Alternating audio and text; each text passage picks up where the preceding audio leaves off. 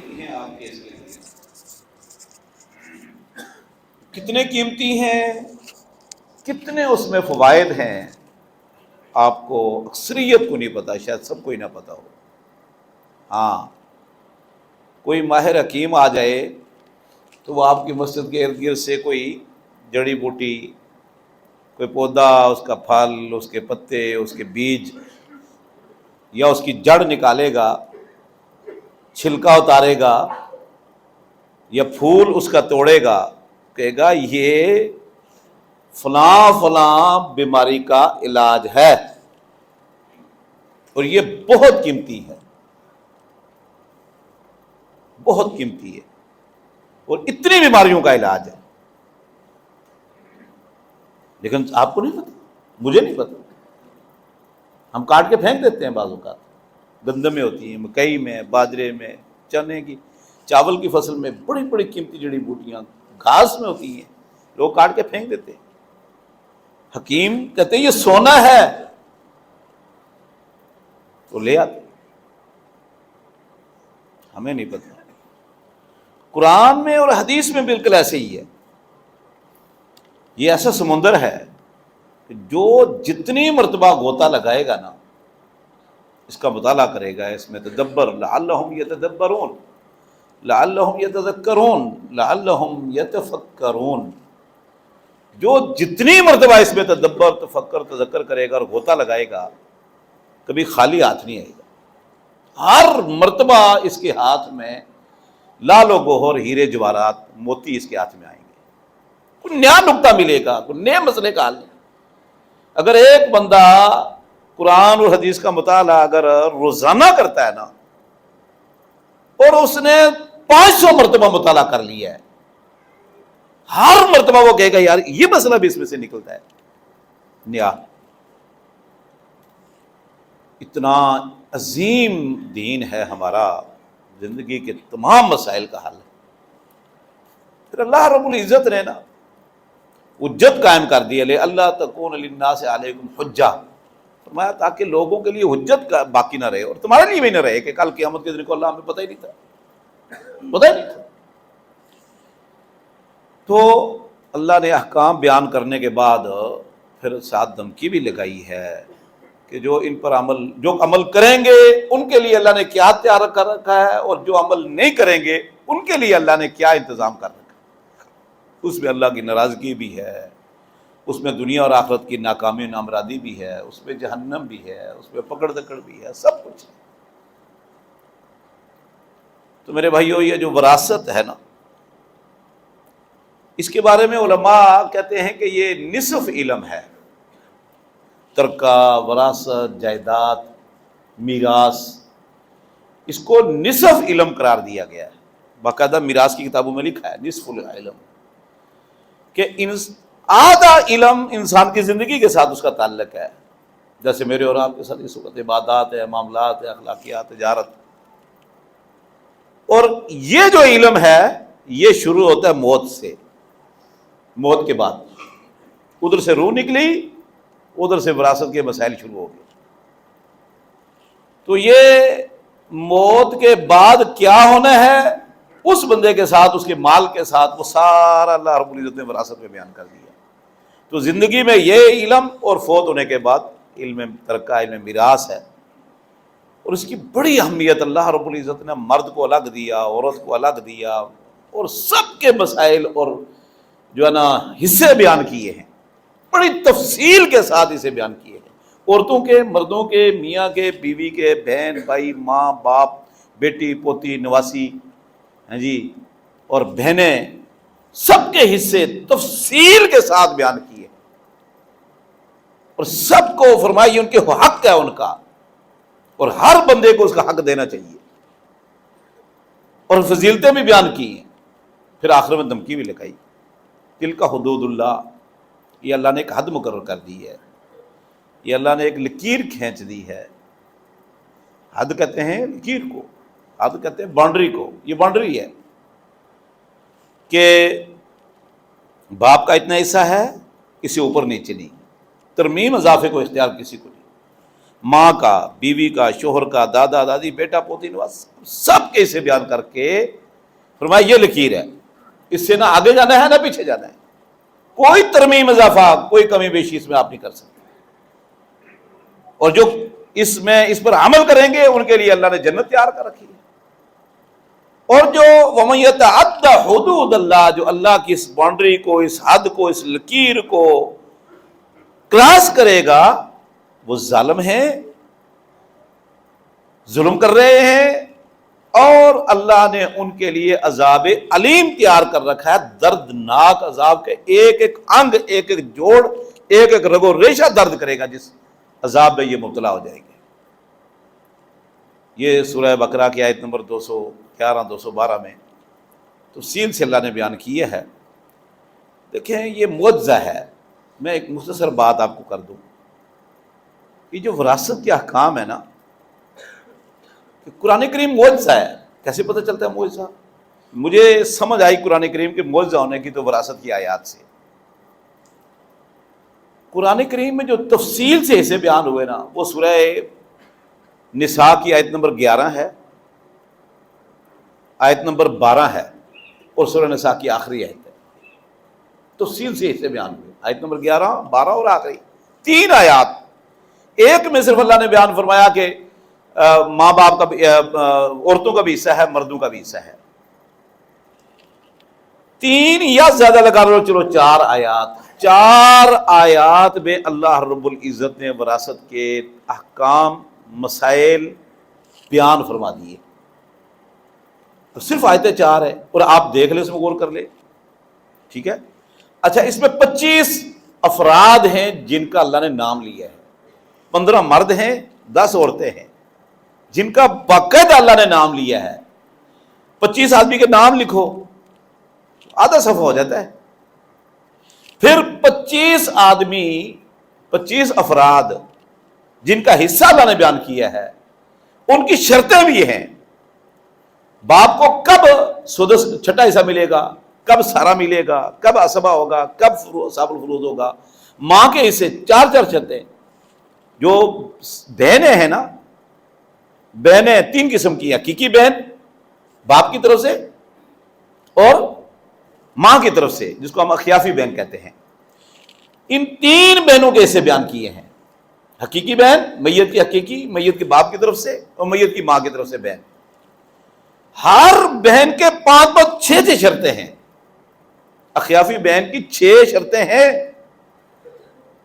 حقدار ہونے کی۔ باپ بھی نہ ہو، میت کا بیٹا پوتا بھی نہ ہو، دادا بھی نہ ہو، اکیلی ہو، ایک سے زیادہ ہو تو کتنا ملے گا، 7 میت کی بیٹیاں بھی نہ ہو، یعنی 5 شرطیں ہوں گی تو تب اس کو نصف ملے گا، آدھا حصہ ملے گا، یا پھر چھٹا حصہ ملے گا۔ اب 4 صورتیں بنتی ہیں بعض اوقات کی، ایک ہی وقت میں ایک بندے کو ایک ویسا، دوسری صورت میں دوسرا، تیسری صورت میں تیسرا، چوتھی صورت میں چوتھا حصہ حق بن جاتا ہے، بدل جاتا ہے۔ جیسے میت کے اولاد موجود نہیں تو باپ کو سارا مل جائے گا ورثہ کو دینے کے بعد۔ ہاں بیٹا موجود ہے تو باپ کا صرف چھٹا ہے، سمجھ آ رہی نا جی؟ تو بیٹیاں ہیں، چھٹا بھی ہے اور ساتھ باقی بچا ہوا بھی ہے، کئی صورتیں بنتی ہیں۔ اچھا، اگر یہ ساری شرطیں ایک آدمی کے حقدار ہونے کے لیے 5 شرطیں ہیں، 4 ہیں، 3 ہیں، کم ہے ہی نہیں 3 سے۔ اب اگر یہی ہم شرطیں ہی جمع کریں تو کم از کم 15-20 صفحے بنتے ہیں، 15-20 صفحے بنتے ہیں، ٹھیک ہے جی۔ اور پھر آگے مزید تفصیل، اس کی تقسیم، یہ تقریباً ایک کتاب کو اللہ رب العزت نے 3 آیات کے اندر سمو دی ہے۔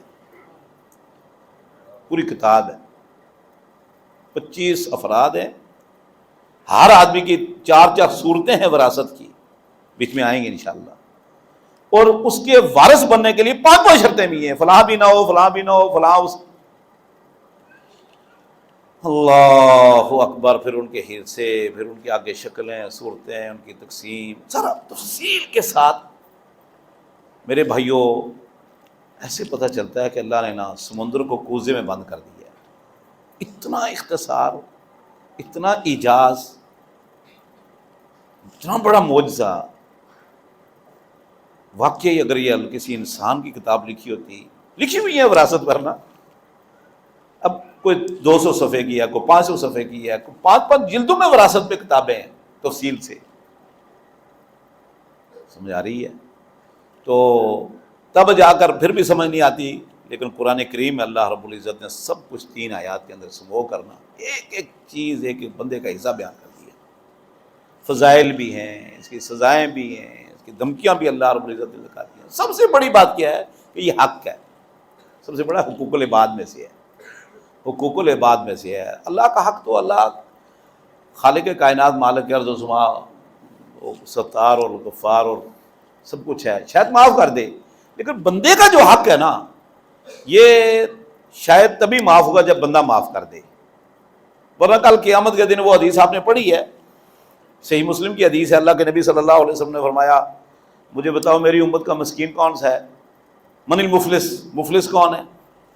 فرمایا جس کے پاس درہم دینار روپیہ پیسہ ہونا۔ فرمایا نہیں، میری امت کا بتاؤ۔ یہ تو عام انسان بھی ہے نا، دنیا میں کافر بھی مفلس ایسا ہوتا ہے، میری امت کا مفلس کون ہے؟ فرمایا پھر اللہ اور اس کے رسول زیادہ جانتے ہیں، ہم تو مفلس اسی کہتے ہیں جس کے پاس پیسے نہ ہو، وہ کافر بھی ہو سکتا ہے، ہندو سکھ بھی ہو سکتا ہے، غیر مسلم مسلمان بھی ہو سکتا ہے، میری امت کا مفلس کون ہے؟ خود فرمایا جو کل قیامت کے دن آئے گا پہاڑوں کے برابر نیکیاں ہوں گی، ایک بہت بڑی گٹھڑی اٹھائی ہوگی نمازوں کی، روزے، فرض، نفلی، صدقہ خیرات، حج، عمرے، دیگر نیکیاں، بڑی بڑی گٹھڑیاں اٹھائی ہوئی ہوں گی اس نے بھائی، اللہ کے سامنے لوگ رشک کریں گے، واہ بھائی واہ، ہے نماز کی گٹھڑی ہے، روزے کی ہے، اتنے رشک کریں گے لوگ، فخر کریں گے کہ بھائی اتنی نیکیاں اس بندہ لے کر آیا ہے۔ فرمایا لے کر آیا اللہ کے حضور، پیشی ہوئی، ہاں بھائی بتاؤ بھائی کسی نے حق لینا ہے؟ ایک بندہ کہے گا قتل نہیں حاضر، اس نے مجھے قتل کیا تھا، وہاں تو 100 اونٹیں، دو اس کو اتنی نیکیاں دے دو۔ ضرب نہیں آدھا، اکل مالی حاضر، اس نے میرا مال کھایا تھا۔ کیا کھایا تھا جی؟ فلاں فلاں مال کھایا تھا۔ اچھا، ایک اور بندہ کھڑا، اس نے میرا مال کھایا تھا، اس نے میرا حق دبایا تھا، اس نے غصب کیا تھا، اس کو اتنی نیکیاں دے دو، اس کو اتنی نیکیاں دے دو، اس کو 1000 نیکیاں دے دو، اس کو 50,000 دے دو، اس کو 1,00,000 دے دو، اس کو 5,00,000 دے دو۔ ایک اور کھڑا ہو جائے گا، ایک اور کھڑا ہو جائے گا، ایک اور کھڑا ہو جائے گا۔ رسول اللہ صلی اللہ علیہ وسلم فرماتے ہیں اتنی بڑی نیکیاں لے کر آیا، وہ ختم ہو گئی، فانیت حسنات و فنا ہو گئی، ختم ہو گئی، تقاضا کرنے والے باقی ہیں، نیکیاں ختم، بندے پریشان، جو مطالبہ کرنے والے تقاضا کریں وہ بھی پریشان، کہ بھائی نیکیاں تو ہو گئی ختم، لوگ لے گئے۔ اللہ فرمائیں گے اچھا تیرا کیا مسئلہ ہے؟ جی میرا اتنا حق مارا تھا، زیادتی کی تھی، ناانصافی کی تھی، ظلم کیا تھا، ذرا بنی آدھا، عقل مال آدھا، شتم، گالی دی تھی، تھپڑ مارا تھا، تانا دیا تھا، غیبت کی تھی۔ اچھا تو اپنی نیکیاں تو ہو گئی ختم، تو اپنے گناہ اس کو اتنے دے، تو اپنے اس کے اتنے گناہ دے دے، نیکیاں تو ختم ہو گئی نا۔ فرمایا نیکیاں لے کر آیا، گناہ لے کر واپس جائے گا، یہ میری امت کا مفلس ہے۔ میرے بھائیوں، ہمارے اکثر بڑے بڑے علماء کہا کرتے تھے کہ نیکیاں کرنی ضروری ہیں، لیکن نیکیوں کی حفاظت اس سے زیادہ ضروری ہے۔ یہ پھلدار درخت ہے نیکیاں، یہ پھل پھول والا درخت ہے، اس کی آبیاری کرنی پڑتی ہے، اس کی حفاظت کرنی پڑتی ہے، اور شیطان سے، جانوروں سے پودا لگاتے ہیں، حفاظت کرتے ہیں، دھوپ سے بھی بچاتے ہیں، اس کی آبیاری کرتے ہیں، اس کی نگہداشت کرتے ہیں، سمجھ آگے نا جی؟ تو نیکیاں ہماری تو اللہ قبول فرمائے، ان نیکیوں کی حفاظت بھی، ایمان کی حفاظت اس سے بھی زیادہ ضروری ہے۔ اوپر سے آپ تھیلا لے لو، اوپر سے ڈالتے رہو غلہ، نیچے اس کے سوراخ ہوں، کبھی نہیں بھرے گا، کبھی نہیں بھرے گا۔ پہلے اس تھیلے کے سوراخ بند کرو، بوری کے سوراخ بند کرو، پھر تھوڑا تھوڑا ڈالتے رہو، انشاءاللہ بھر جائے گا، جلدی نہ تو دیر سے بھرے گا ضرور، لیکن تھیلے کے سوراخ آپ نے بند کرنے ہیں۔ تو میرے بھائیوں، یہ جو سوراخ ہے نا، یہ حقوق کے مسائل ہیں، ہمیں چاہیے کہ ان سے ہم اللہ رب العزت کہ اس دین پر عمل کرتے ہوئے اور اپنے نیکیوں کی، اپنے ایمان کی حفاظت کرتے ہوئے جب دنیا سے جائیں تو اللہ کے ہاں سرخرو ہو، کسی کا حق ہمارے ذمہ نہ ہو۔ ہاں اگر پھر بھی بحیثیت بشر جیسے تقاضے کے یا بھول چوک ہو گئی تو پھر وہ بعد میں ورثاء دے سکتے ہیں، اس کے ترکہ میں اللہ رب العزت نے حق رکھا ہے۔ لیکن آج کل نا اکثر جنازے میں ہیں، جنازے اکثر میں ہی پڑھاتا ہوں کراچی میں، بہت سارے بھائی مجھے کہتے ہیں کسی کی وصیت، کسی کی خواہش تو جمع ذرا ساتھ میں لے آتے ہیں، تو مجھے لوگ کہتے ہیں کہ شیخ صاحب اعلان کرو کہ اگر کسی کا کوئی لینا ہے تو ان کے بیٹوں سے لے لیں۔ تو میں بڑا خوف سا محسوس کرتا ہوں، میں بعض لوگوں کو کہتا بھی ہوں کہ یہ کیوں اعلان کرتے ہو؟ اگر اس نے کچھ دینا ہے تو زندگی میں لکھے نا، اپنے لکھ کے رکھے۔ دیکھیں میں یہ ویسے بات یاد آ گئی، وراثت میں وصیت کا بڑا تعلق ہوتا ہے، اس کے ہٹ کر بھی ہے۔ صحیح حدیث ہے صحیح مسلم کے، اللہ کے نبی صلی اللہ علیہ وسلم نے فرمایا اگر کسی بندے نے کوئی وصیت کرنی ہے نا، وراثت کے حوالے سے، لین دین کے حوالے سے، مالی معاملات ہے، کچھ بچے کی شادی بیاہ کے حوالے سے، کوئی تعلیم کے حوالے سے، قرض لیا ہوا دیا ہوا ہے، کوئی مسئلہ ہے، فرمایا 3 راتیں اس بندے پر نہیں گزرنی چاہیے بغیر وصیت لکھے، الا ووصیۃ مکتوب عنده، مگر اس کی وصیت لکھی ہونی چاہیے۔ سب سے عرب کا طریقہ میں نے بڑا دیکھا، بڑا بہترین، 2 ورقوں پر لکھتے ہیں، 2 پرچیوں پر، ٹھیک ہے، یہ پرچی پر لکھا کہ فلاں تاریخ سے فلاں تاریخ کو میں نے فلاں آدمی سے، فلاں بن فلاں سے اتنا قرض لیا ہے۔ اگر قرض بڑا تو گواہ بھی رکھ لیتے ہیں، ایک دوسری پرچی پر بھی لکھا فلاں آج تاریخ کو فلاں آدمی سے اتنا قرض میں نے لیا ہے، اور 2 گواہوں کے روبرو ایک پرچی اپنی جیب میں ڈال دیتے ہیں، ایک جسے لیا اس کو دے دیتے ہیں۔ جس دن قرض دیتے ہیں اس کے سے کہتے ہیں پرچی واپس کرو، اور دونوں پرچیاں پھاڑ کے پھینک، بڑی زبردست، بہت اچھا تھا۔ تو وصیت لکھی ہونی چاہیے۔ وراثت کے معاملے میں بھی وصیت لکھ رکھیں اگر کوئی مسئلہ ہے تو۔ ویسے تو بہت ساری چیزیں اللہ نے واضح کر دی ہیں، لیکن اس کے باوجود قرض اگر لینا دینا ہے تو اس کا لکھا ہونا چاہیے ڈائری کے اندر، بالکل۔ اور خاص طور پر یہ نہ ہم رکھیں کہ چلو میں فوت ہو جاؤں گا تو میری اولاد دے گی، نہ، اپنا خود معاملہ درست کر کے دنیا سے جائیں، کسی کا لینا دینا نہ ہو۔ اس کے باوجود اگر رہ گیا تو اللہ رب العزت معاف کرنے والا ہے، یا اللہ رب العزت اس کے انتظام کرنے والا ہے۔ تو ہمیں اپنے پر ہی اعتماد کرتے ہوئے اپنے معاملات موت سے پہلے درست کر لینے چاہیے، اللہ کے ساتھ اپنا معاملہ جو ہے نا وہ سیدھا کر لینا چاہیے۔ اب انشاءاللہ سوال و جواب کی نشست شروع ہوگی۔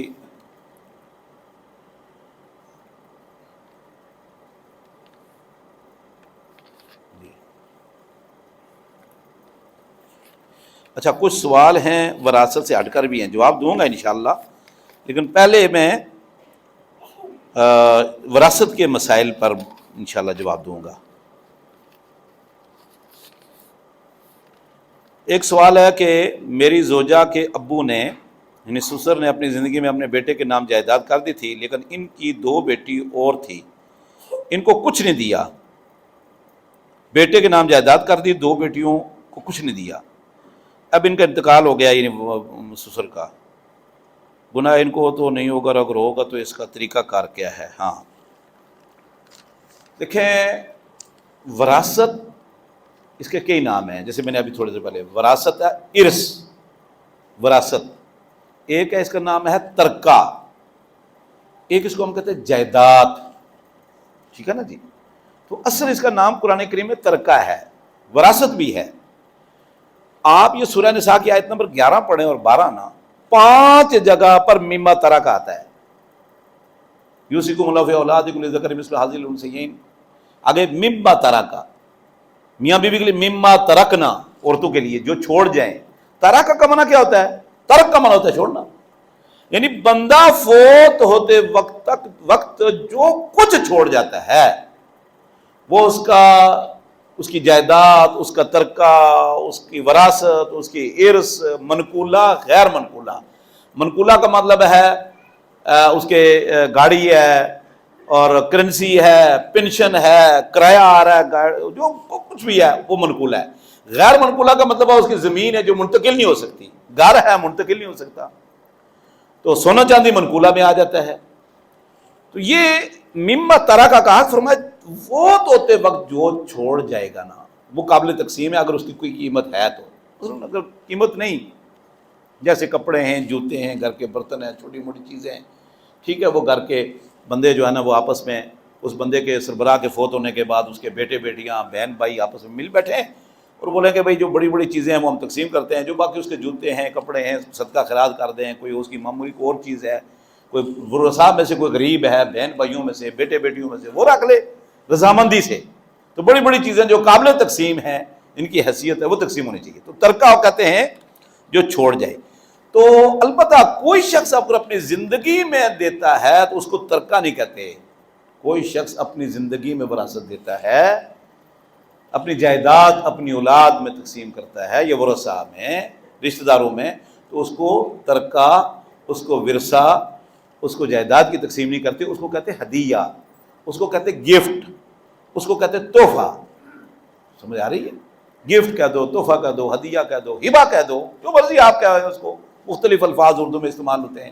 وہ ہبہ ہے، گفٹ ہے کہ باپ نے اپنی زندگی میں اپنے بیٹے بیٹیوں کو دے دیا، کچھ اپنے لیے رکھے، جتنا مرضی چاہے دے۔ اچھا، تو یہ گفٹ ہوگا، ہدیہ ہوگا۔ اب اس میں آپ دیکھیں جو میں صحیح راج قول ہے نا، جو تحقیق ہماری وہ بیان، زندگی میں دے گا تو بیٹے بیٹیوں کو برابر ملے گا۔ زندگی میں دے گا تو جتنا بیٹے کو حصہ ملے گا اتنا بیٹی کو ملے گا۔ مثلا 1,00,000 میں سے 50,000 بیٹے کو دیا تو 50,000 ہی بیٹی کو دے گا، ٹھیک ہے نا جی۔ زندگی میں کیونکہ یہ ہدیہ ہے تو اس میں نعمان بن بشیر رضی اللہ عنہ کی حدیث آپ نے بارہا سنی ہوگی کہ ان کی بیوی نے، 2 بیویاں تھیں، ایک بیوی سے ایک بیٹا تھا نعمان، تو انہوں نے، بیوی نے کہا کہ یہ جو غلام ہے نا میرے بیٹے کو دے دو، تو جو آپ کی پہلی بیوی ہے اس سے آپ نے بیٹوں کو دیا ہوا بھی ہے فلاں، میرے بیٹے کو غلام دے دو۔ تو ساتھ ہی کہا کہ اللہ کے نبی صلی اللہ علیہ وسلم کو گواہ ٹھہراؤ، زندگی موت کا کوئی پتہ نہیں، بعد میں تیرے دوسرے بیٹے جو ہے نا، بیٹے بیٹیاں اسے جھگڑیں گے۔ تو وہ ذرا سادے تھے بشیر رضی اللہ عنہ، نعمان کے والد، لے آئے اللہ کے نبی صلی اللہ علیہ وسلم کے پاس، کہنے لگے اللہ کے رسول، میں نے اپنے بیٹے کو نحال تو ابنی ھذا غلامن، میں نے اس بیٹے کو نا غلام دیا ہے، تو آپ گواہ رہو۔ اللہ کے نبی صلی اللہ علیہ وسلم جانتے تھے اس کو اچھی طرح، تو پوچھا کہ نحلتا کل ولدک مثل ھذا، ابھی ساری اولاد کو دیا ہے؟ کہا نہیں، صرف ایک ہی بیٹے کو دیا ہے۔ فرمایا اتشہدونی علی الجور، تو مجھے ظلم کے اوپر گواہ ٹھہرا رہا ہے؟ ایک آدمی ایک روایت میں اتشہدونی علی الظلم، جور ظلم سے بھی خطرناک ہوتا ہے۔ فرمایا اشہد علی غیری، جا کسی اور کے پاس جا، ظلم ناانصافی کر کے مجھے گواہ ٹھہرا رہے ہو۔ پھر آپ نے فرمایا اعدلوا بین اولادکم، اپنی اولاد میں عدل و انصاف کرو، برابری کرو۔ فرمایا کیا تو نہیں چاہتا کہ تیرے ساتھ ساری اولاد پیار کرے، محبت کرے، تیری خدمت کرے، ساری اولاد؟ کہا جی، میں چاہتا ہوں اس بیوی کے بچے بھی مجھ سے محبت کریں، اس بیوی کے بچے بچیاں میں محبت کریں۔ تو فرمایا تو جسے چاہتا ہے کہ تیرے سارے بچے تیرے ساتھ یکساں محبت کریں تو پھر ان کو دیتے وقت بھی یکسانیت اور برابری کا خیال رکھ۔ تو اس نے پھر غلام اپنا اسے واپس لے لیا، تو فرمایا سب بیٹوں کو دو، اگر نہیں تو واپس رکھو میرے پاس۔ اچھا، زندگی میں دے گا تو برابر ہوگا۔ اس میں نا کچھ علماء کا یہ کہنا ہے کہ زندگی میں بھی بیٹے کو بیٹی سے دگنا ملتا ہے، سمجھ آ رہی ہے نا جی۔ تو لیکن یہ بات درست نہیں، اس میں بے شمار، یہ جو بخاری مسلم کی حدیث بیان کی ہے میں نے آپ کے سامنے، نعمان بن بشیر والا واقعہ صحیح بخاری مسلم ہے، وہ 2-3 نسائی میں ہے۔ یہ محمد بن عبد الوہاب رحمۃ اللہ علیہ کے پوتے نے کتاب لکھی ہے، بلکہ فتاوی ہے، فتاوی اسلامیہ کے نام سے، تقریباً 6-7 جلدوں میں ان سب شیوخ کے فتاوے ہیں۔ اس میں بھی انہوں نے یہ لکھا ہے کہ زندگی میں دے گا تو بیٹے بیٹی کو برابر کرے گا، فوت ہونے کے بعد بیٹے کو بیٹی سے دگنا ملتا ہے، وہ اللہ رب العزت نے دے دیا ہے۔ اچھا، ایک بات تو یہ آپ کو پتہ چلے کہ اگر زندگی میں دے گا تو بیٹے بیٹی کو برابر دے گا، یہ راج قول ہے۔ دوسری بات، یہ بات یاد رکھیں، زندگی میں دینا نہیں چاہیے۔ زندگی میں ہمارے بہت سارے لوگ کئی مسائل کی وجہ سے، بعد میں بیٹوں کے جھگڑوں کی وجہ سے، کچھ اور بھی مقاصد مسائل ہوتے ہیں، ان سب وجوہات کی بنیاد پر نا کئی لوگوں کو میں نے دیکھا ہے کہ وہ اپنی جائیداد اپنی زندگی میں ہی اپنے بیٹے بیٹیوں میں تقسیم کر دیتے ہیں، یا اگر بیٹے بیٹی نہیں تو بہن بھائیوں میں تقسیم کر دیتے ہیں۔ اس کے نقصانات ہیں۔ پہلی بات تو یہ ہے کہ یہ ترکہ نہیں، گفٹ ہے، اور اس میں برابری ہونی چاہیے، اور وہ کرتے نہیں ہیں۔ دوسری بات ہے، ابھی یہ خود زندہ ہے، کتنے حساب اپنے لیے رکھے گا، اپنی بیوی کے لیے رکھے گا، کوئی پتہ نہیں ہے۔ تیسری بات کہ یہ جو اس کی جائیداد ہے نا، اس کا یہ خود مالک ہے۔ اللہ نہ کرے آج اگر کوئی مسئلہ پیش آ جاتا ہے، بیمار ہو جاتا ہے، تو اس کی جائیداد سے فروخت کر کے علاج کروائے گا، آج عمرہ کر سکتا ہے. فوت ہوتے وقت 1/3 سلس کی وصیت ہے، لیکن اگر یہ اپنی وراثت تقسیم کر چکا، اللہ نہ کرے کل بیمار ہو گیا، تو بیٹے بیٹیاں دیں گے، بہن بھائی دیں گے. آج عمرہ کرنا چاہتا ہے، وراثت تو تقسیم کر چکا ہے، ساری جائیداد تقسیم کر چکا ہے، نہیں کر سکتا. قرض چڑھ گیا، کہاں سے دے گا؟ ترکہ ہی نہیں ہے، زندگی میں تقسیم کر چکا، بیٹے لے کے کھا کے وہ گئے، اب کہاں سے قرض ہوتا ہے؟ وہ تو ترکہ ختم ہو گیا. تو اور بھی کئی وجوہات میں نے لکھی ہوئی ہیں فتاویٰ کے اندر. تو اس کے کئی نقصانات ہیں. یہ ہے گویا کہ کوئی بندہ بھی اپنی جائیداد اپنی زندگی میں تقسیم کرتا ہے تو اپنے پاؤں پہ کراڑی مار رہا ہے، وہ اپنے لیے مشکلات پیدا کر رہا ہے. ہاں البتہ اجازت ہے، بہت ضرورت کے وقت کسی کو بہت بڑا خطرہ ہے کہ یار میرے بعد نہیں ہوگا معاملہ کتاب و سنت کے مطابق، یا مال بہت زیادہ ٹھیک ہے، اور چلو زندگی میں کچھ تقسیم کریں اپنے لیے، اپنی بیوی کے لیے کچھ رکھ کر، ٹھیک ہے نا جی. تو نقصان اس کے ہیں البتہ. اب اس میں جو اس صاحب نے لکھا ہے کہ اس صاحب نے اپنی زندگی میں ایک بیٹے کو یا جو بیٹوں کو دے دیے، بیٹیوں کو نہیں، 2 بیٹیوں کو نہیں بھی دیا، اس میں وہ گناہگار ہوگا یا نہیں ہوگا؟ اگر اس 2 صورتوں میں اس کو گناہ سے بچایا جا سکتا ہے. پہلی صورت یہ ہے کہ اس نے وصیت کر دی ہو کہ بھئی میرے فوت ہونے کے بعد جو میرا ترکہ، میری جائیداد باقی بچی ہوئی ہے، اس میں سے میری بیٹیوں کو دے دینا. یا ہے اس کو پتا ہے کہ میری جائیداد ٹھیک ٹھاک ہے، بیٹوں کو بھی دے دیا، بیٹیوں، اور بعد میں بیٹیوں کو ملے گا، شاید اس کے بچنے کی امید ہو، یا وصیت کر جائے. اگر وصیت بھی نہیں کی، جائیداد کے متعلق کچھ کہا بھی نہیں، تو اور جائیداد بھی نہیں ہے، دے چکا بیٹوں کو، تو اس کو عذاب الہی سے، قبر کی سختی سے بچانے کے لیے کا واحد طریقہ یہ ہے کہ بیٹے جن کو دے گیا ہے، ایک ہے یا ایک سے زیادہ ہیں، وہ جب باپ فوت ہو گیا تو کسی عالم دین کے پاس، کسی مفتی کے پاس جائیں اور بیان کریں ابا جان فوت ہو گئے تو جائیداد ہمیں زندگی میں دے گئے تھے، بہنوں کے لیے کچھ ہے یا نہیں ہے، جو بیان کریں. وہ مفتی صاحب دیکھ لیں گے کہ جو بھائیوں کو میسا ملا ہے، بہنوں کو کچھ بنتا ہے نہیں بنتا، زیادہ ہے تھوڑا ہے، اور برابری ہے یا نہیں ہے. اگر ہے تو وہ بتا دیں گے، نہیں ہے تو دونوں صورتوں میں بھائی اپنی اس جو والد صاحب دے گئے ہیں اس میں سے اپنی بہنوں کو دے دیں. یا تو سب سے پہلے تو میں آپ کو یہ بتاؤں، میں نے نا اس موضوع پر تقریباً 5-6 جمعے پڑھائے ہیں جامع دراسات میں. سب سے پہلے تو ہوتا ہے ہمارے یہاں نا، بھائی اپنی بہنوں کو، بیٹے اپنی بہنوں کو، یعنی میت کے بیٹے بیٹی اپنی بہنوں کو راضی کرنے کی کوشش کر دیتے ہیں. بہن دیکھو میرے حالات اس طرح کے ہیں، ابا جائیداد دے گئے ہیں، سمجھ آ گئی نا جی. اچھا ساری جائیداد موجود ہو تب بھی کی بات، دے جائے تو پھر تو الگ ہے نا. تو اب ہمارے مسائل ہیں، بچے ہیں، آپ کے ماشاءاللہ شادی ہو گئی ہے، آپ تو مسئلہ کھا پی رہی ہیں، اور ہمارے مسائل. اب وہ اس طرح کر کر بہنوں کو راضی کرنے کی کوشش کرتی ہیں کہ تم وڈرا ہو جا اپنی جائیداد سے. اچھا کیا کہتے ہیں آ کر مفتیوں کو، بہنیں راضی ہو گئی ہیں جی، بہنیں راضی ہو گئی ہیں. میں نے جمعے میں یہ بیان کیا، یہ بالکل طریقہ درست نہیں ہے، قطعاً درست نہیں ہے. دیکھیں یہ آپ سب بہنوں والے ہو، بیٹیوں والے ہو، بہنوں کے دل میں نا بھائیوں کی بڑی محبت ہوتی ہے. تو بہن اکثر جو ہے نا دیکھتی ہیں کہ یار بھائی ناراض ہو جائے گا، یہ بھائی کے مسائل ہیں. وہ شوہر کو نہیں دیکھتی، وہ اپنے بیٹوں کو نہیں دیکھتی، وہ بھائی کو دیکھتی ہیں. یہ خونی رشتہ ہوتا ہے، بھائی کی وہ للچائی ہوئی نظریں بھی ہوتی ہے. تو وہ کہتی ہے چلو ٹھیک ہے یار. بعد میں جب بہن کو ضرورت پڑتی ہے نا، وہ کہتی ہے یار کیا میں کہہ بیٹھی. اچھا اب شوہر کہتا ہے لے ابھی تو اپنا حصہ لا، بیٹے کہتے ہیں امی ہمارا حصہ تو ماموں کھا گیا. میرے پاس کئی مرتبہ پوتے نواسوں نے آ کر کیس کر دیا. پوتے کہتے ہیں دادا کا حصہ، نواسے کہتے ہیں ہمارا نانا کا حصہ. یعنی وہی بندہ، اس کے نہ بیٹوں کو ملا نہ بیٹیوں کو ملا، بیٹے بھی مر گئے، بیٹیاں بھی مر گئی، آگے پوتے نواسے کھڑے ہو گئے. اب کیسے تقسیم ہو گئی؟ یہ 45 سال 50 سال کا مسئلہ ہے بھائی، کیوں تقسیم نہیں ہوگی؟ اچھا اس وقت بہنیں کوئی مسئلہ نہیں، بھائی ہے چلو بھائیوں کے بچے ہیں.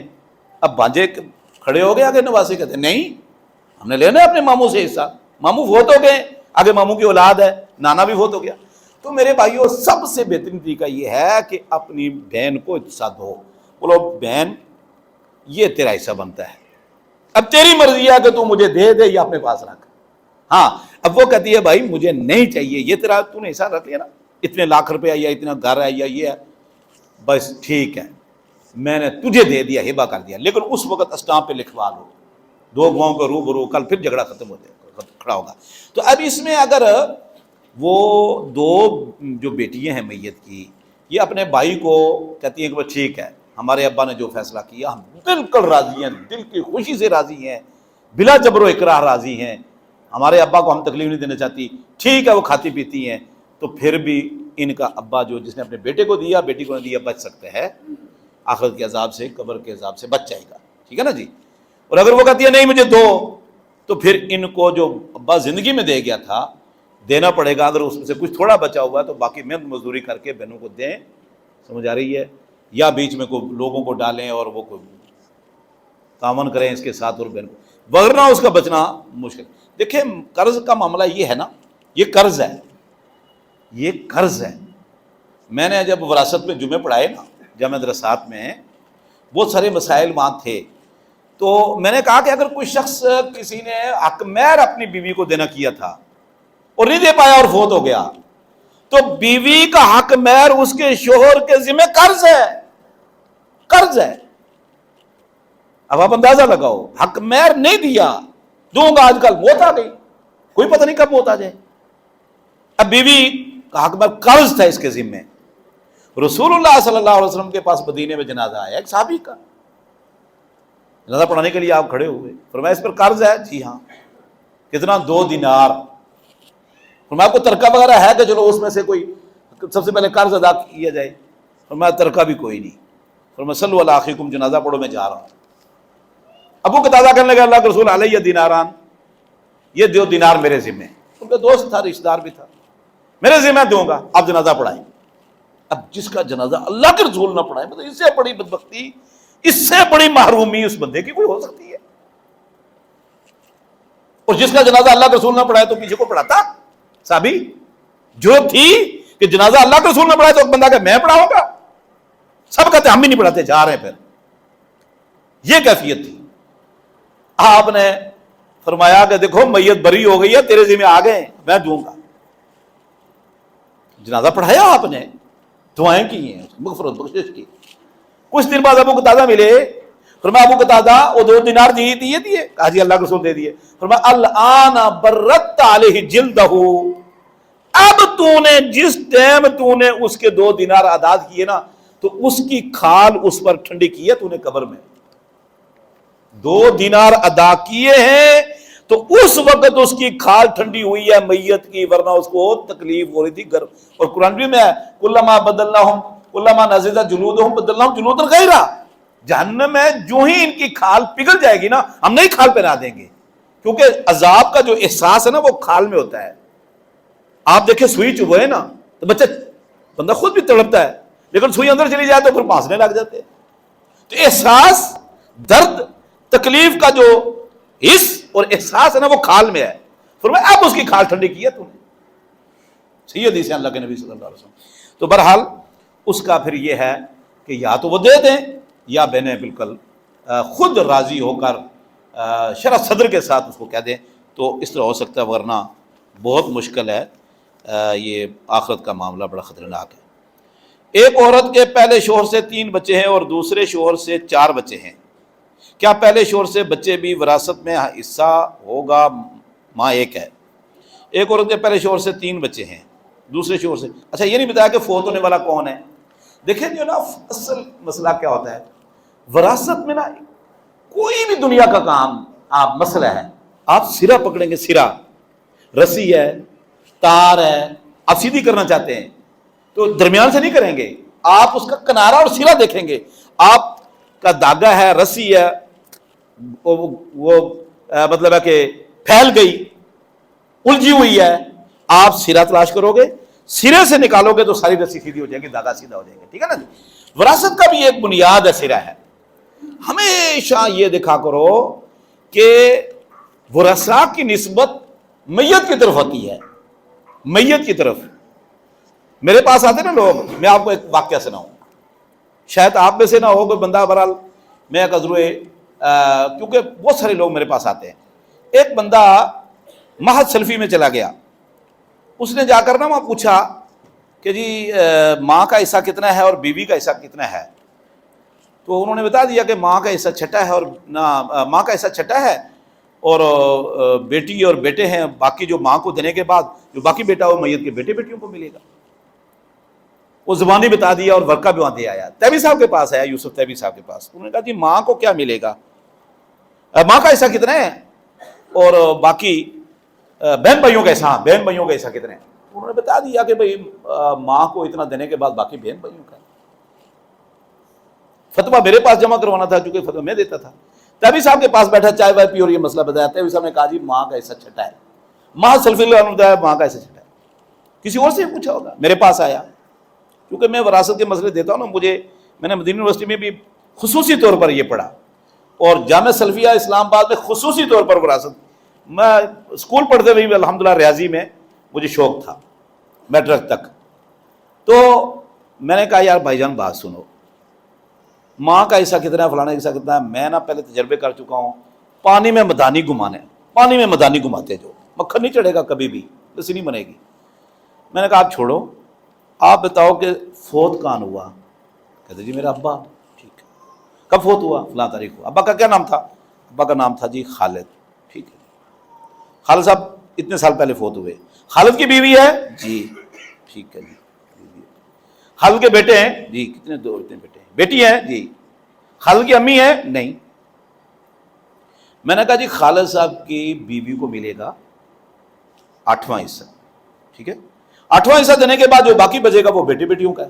کہتا ہے آپ کہتے ہیں شیخ صاحب 8واں حصہ، تیبی صاحب نے کہا چھٹا حصہ، ماں سلفی والوں نے کہا چھٹا حصہ. میں نے کہا وہ بھی سچے اور میں بھی سچا، وہ بھی سچے اور میں بھی سچا. تیبی صاحب نے سچ بولا، انہوں نے سچ بولا، میں بھی سچ بول رہا ہوں. کہتے یہ کیسے ہو سکتا ہے. میں نے کہا تو نے ان کو کہا ماں، تو ماں کا حصہ چھٹا، فَلِأُمِّهِ السُّدُسُ یا سدس. اور میں نے تجھ سے پوچھ لیا کہ ماں ہے، تو نے کہا فوت ہو گئی. تو ماں اصل میں پوچھنے والی کی تھی، بیوی کی نہیں، شوہر کی نہیں تھی، اور مرنے والے کی نہیں تھی. مرنے والی کی وہ کیا تھی، میت کی بیوی. اور جو پوچھ رہا تھا نا بیٹا تھا اصل میں میت کا. تو وہ ان کو کیا تھا کہ امی کو کیا ملے گا، ماں کو، یعنی میری ماں کو کیا ملے گا. تو اس کی ماں ہوئی تو میت کی کیا ہوئی، بیوی. تو بیوی کا حصہ 8واں ہے. سورہ نساء کی آیت نمبر 12 ہے. کہ لگا ہاں مجھے سمجھ آئی. میں نے کہا اصل میں تو ان سے پوچھتا رہا زبانی، مجھ سے تو نے لینا ہے فتویٰ، تو مجھ سے میں نے لینا تو سے تحریری پوچھ کر، کیونکہ میں تجربے کر چکا ہوں. شروع میں بڑی غلطی مجھ سے بھی ہوئی. تو اب وہ پوچھنے والا اپنی ماں کا کہہ رہا ہے. او بھائی تو اپنی ماں کی چھوڑ، تو بتا کہ میت جو فوت ہو گیا بندہ، اس کی ماں ہے، اس کا باپ ہے، اس کی دادی ہے، اس کا دادا ہے، اس کی نانی ہے، اس کے بیٹے ہیں، بیٹیاں ہیں، پوتے ہیں، نواسے ہیں، بہن بھائی کتنے، اس کی طرف نسبت کرو. تو بہرحال یہاں نہیں لکھا ہوا. تو دیکھیں ہمیشہ نسبت میت ہے. اگر بندہ فوت ہوتا ہے نا، ٹھیک ہے، کوئی بندہ فوت ہو رہا ہے، اب دیکھا جائے گا کہ اس بندے کے حقیقی بیٹے کتنے ہیں. اچھا ایک بیوی سے ہوں، دوسری سے ہوں، تیسری سے، چوتھی سے ہے، تو اس کے حقیقی ہے نا، اس کے حقیقی ہوں گے. اسی طرح تو عورت فوت ہوتی ہے، عورت فوت ہو رہی ہے، اس عورت کے اس شوہر سے ہوں یا دوسرے پہلے شوہر سے ہوں یا اس سے پہلے شوہر سے. ہوتا ہے ایک آدمی عورت کی شادی ہوئی، ایک آدمی سے اسے بچہ بچی پیدا ہوا، فوت ہو گیا اللہ نہ کرے، دوسرے سے شادی، اس سے بچہ بچی پیدا ہوا، تیسرے سے شادی ہو گئی، اس سے بھی بچے بچیاں ہیں، اب پہلا بھی فوت ہو گیا، دوسرے سے تیسرا بھی فوت ہو گیا. تو اب اس کے تینوں شوہروں سے جو بچے ہوں گے اس کے تو حقیقی ہوں گے نا، ان کو تو ملے گا ہر صورت میں.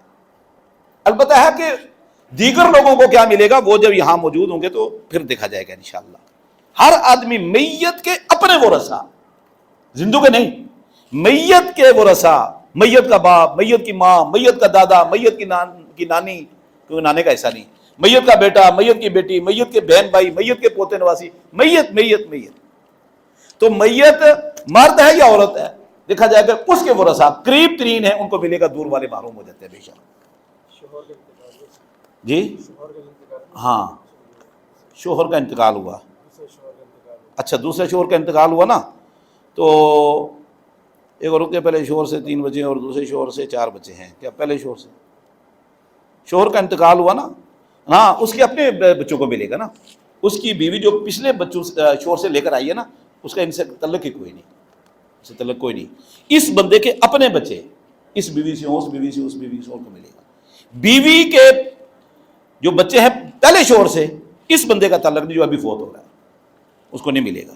اگر شوہر یہ قسم دے کہ اگر تم نے یہ کام کیا یا اس میں شامل ہو تو تم مجھ پر حرام ہو، بیوی یہ جملہ کہا ہے تو کیا اس طرح طلاق ہو جائے گی؟ نہیں۔ اگر شوہر بیوی کو کہہ دے کہ تم ایسے غصے میں آدھے کہتے ہیں، وہ کہتی ہے تیرا مال میرے پر ہو، کہتے ہیں تم میرے پر حرام، کیسے کیس ہمارے پاس آئے؟ باتوں میں جذباتی۔ دیکھیں اس میں صحیح راج قول، کل ہی میں نے صحیح بخاری میں یہ مسئلہ طالب علموں کو پڑھایا، کیونکہ طلاق کتاب و طلاق میں پڑھا رہا ہوں۔ تو عبداللہ بن عباس رضی اللہ تعالیٰ عنہ کے پاس مسئلہ ہے، انہوں نے کہا یہ دیکھیں یہ قسم ہے حلال، کسی آدمی کے منہ سے کہنے سے کوئی چیز حلال حرام نہیں ہوتی، ہاں البتہ اس کا ایک قسم کے قائم مقام ہے۔ تو فرمایا یمین یکفرھا، اس کا یہ قسم ہے، کفارہ دے، بیوی نہ حرام ہوگی نہ بیوی کو طلاق ہوگی۔ دلیل انہوں نے دی کہ اللہ کے نبی صلی اللہ علیہ وسلم نے وہ شہد کا واقعہ ہے، وہ اپنے کہا تھا میں شہد نہیں کھاؤں گا، تو نبی جب کہے کہ میں شہد نہیں کھاؤں گا عزم کر لیتے، وہ چیز حرام ہو جاتی ہے نبی پر، نبی کی امت پر۔ جیسا کہ جو تھے یعقوب علیہ السلام نے اونٹنی کا دودھ کہا میں نہیں پیوں گا، تو ساری بنی اسرائیل پر حرام ہو گیا۔ پھر اللہ رب العزت نے اسی لیے کہا یا ایھا النبی لم تحرم ما احل اللہ لک، شاید آپ کے لیے میں نے حلال کیا، آپ کیوں حرام کرتے ہو؟ آپ کفارہ دو، تحلت ایمانکم۔ تو پھر اللہ کے نبی صلی اللہ علیہ وسلم نے قسم نہیں کھائی تھی، عزم کیا تھا کہ شاید نہیں کھاؤں گا، تو یہ پوری امت کے لیے نقصان دہ تھا۔ اللہ نے فرمایا کہ قسم کا کفارہ دو، تو اللہ کے نبی صلی اللہ علیہ وسلم نے قسم کا کفارہ دیا، جو قسم کے قائم مقام تھا۔ تو اس طرح فرمایا کہ یہ بھی ایک قسم کی قسم ہے، بیوی کو اپنے اوپر حرام کر دیا تو کفارہ دے، اور شوہر کفارہ دے گا۔ اور اگر بیوی یہ جملہ کہتی ہے تو کوئی حرج نہیں، کیونکہ اختیارات مرد کے پاس ہیں۔ اور اگر سوال ہیں تو بھائی لائیں۔ گزارش ہے کہ تنگ لباس پہننا مرد اور عورتوں کے لیے شرعی لحاظ سے کیسا ہے، اس پر رہنمائی کریں، کیونکہ یہ چیز معاشرے میں دیکھ کر بچوں میں بھی دیکھ رہے ہیں۔ ٹھیک ہے، دیکھیں اللہ رب العزت کو نہ پتہ تھا کہ یہ اسلام پوری دنیا کے انسانوں کے لیے ہے اور قیامت تک کے لیے ہے، جس میں یورپ بھی آتا ہے، پہاڑی علاقے کے لوگ بھی ہیں، میدانی علاقوں کے لوگ بھی ہیں، سمندر میں سفر کرنے والے بھی ہیں، اور جہازوں میں بھی ہیں، ہر شعبے کے ساتھ تعلق رکھنے والے لوگ ہیں۔ شاید آج ہمیں نہیں پتہ، لیکن بعد میں ایسے لباس بھی ایجاد ہو جائیں کہ جو بعض فیکٹری کارخانوں کے لیے ضروری ہوں، جو کپڑے سے بھی ہٹ کر ہوں، کسی اور چیز کے لیدر کے بھی نہ ہوں، کرو، اللہ کو پتہ ہے۔ اللہ رب العزت نے لباس کی کیفیت، لباس کی صنف، قسم اور صورت پر کوئی پابندی نہیں لگائی، کوئی پابندی نہیں لگائی۔ لباس شلوار قمیص ہے، شلوار پاجامہ ہے، پینٹ شرٹ ہے، جبہ ہے، رنگ کیسا ہو، یہ کوئی پابندی نہیں ہے، کیسا مرضی آپ پہنو۔ مدینے میں خواتین و مرد دھوتی پہنتے تھے، اللہ کے نبی کو دھوتی کا ذکر آتا۔ البتہ دو قسم کی پابندیاں ہیں۔ نمبر ایک، بالکل چست نہ ہو کہ پہنا ہوا بھی ہے لیکن جسم نظر آ رہا ہے، چست تنگ بالکل جائز نہیں۔ کھلا ہو، تھوڑا سا کھلا ہو، کشادہ ہو، نمبر ایک۔ نمبر دو، باریک نہ ہو، باریک نہ ہو کہ لباس پہنا ہوا ہے جسم نظر آ رہا ہے۔ یہ دونوں چیزیں آج نظر آتی ہیں۔ انتہائی چست برقع پہنیں گی خواتین، اب برقع ہوتا ہے حجاب، تو اس نے کیا حجاب کرنا ہے جو ڈیزائن بنے ہوئے ہیں اور انتہائی چست ہے، یا پھر انتہائی باریک کپڑے۔ اس بارے میں حدیث اللہ کے نبی صلی اللہ علیہ وسلم کی بڑی خوفناک، بڑی دردناک۔ اللہ کے نبی صلی اللہ علیہ وسلم فرمایا صنفان ہے من امتی لم ارہما من اہل النار، میری امت کے دو قسم کے لوگ ہیں جہنمی، ابھی تک ہم نے دیکھے نہیں، وہ آئیں گے۔ فرمایا نساء کاسیات عاریات مائلات ممیلات رؤوسہن کاسنامۃ البخت لم ترح رائحۃ الجنہ۔ نساء کاسیات عاریات، عورتیں ہوں گی کپڑے پہنے ہوں گے کسوہ، عاریات عریان ننگی ہوں گی، عورتیں ہوں گی کپڑے پہنے ہوئے ہیں، لباس زیب تن کیا ہوا ہے، لیکن عریان ہوں گی، ننگی ہوں گی۔ اور رؤوسہن کاسنامۃ البخت، ان کے سر ہوں گے بختی اونٹ کی کوہان کی طرح۔ آپ نے کئی اونٹ دیکھے ہوں گے دو کوہانوں والے ہوتے ہیں، دو کوہان والے اونٹ دیکھے نا، اس کو بختی اونٹ کہتے ہیں۔ دو کوہانے، اس کے دو سر ہوں گے، رؤوسہن کاسنامۃ البخت، دو سر، ایک یہ سر ایک پیچھے جوڑا، سمجھ آئی نا؟ اس کو نہیں پتا چلتا ہے کہ یہ سر ہے یا یہ سر ہے، جوڑا بھی پیچھے اٹھایا ہو. جیسے ایک گھروں میں ماسیاں یا ہندو عورتوں کو میں نے دیکھا ہے وہ جوڑا ہوتا ہے، یہ دو کوہانے اس کی. فرمایا